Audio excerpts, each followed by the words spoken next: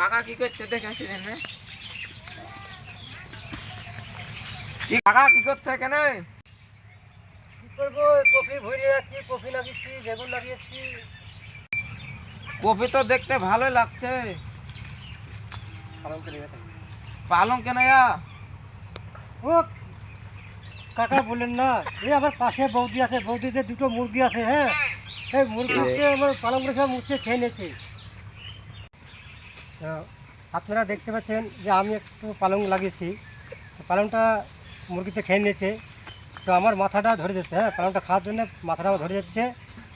তো আমি ভাবছি যে মুরগির জন্য আমি দরখাস্ত করব পঞ্চায়েতে।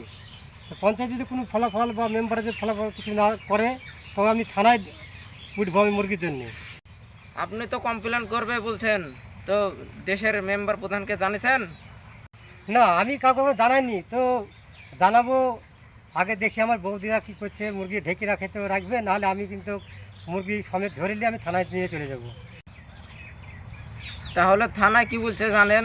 যে দেখেন, আর থানা যদি ব্যবস্থা না মানে তাহলে অন্য ব্যবস্থা নেবেন।